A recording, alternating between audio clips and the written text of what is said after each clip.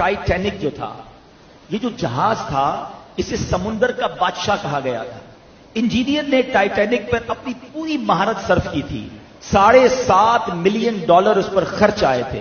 4 साल में ये तैयार हुआ और जब इसको ओपन किया गया तो दुनिया के सामने ये दावा किया गया था कि ये ऐसा जहाज है जो कभी नहीं डूबेगा, इसके डूबने की कोई सूरत नहीं है।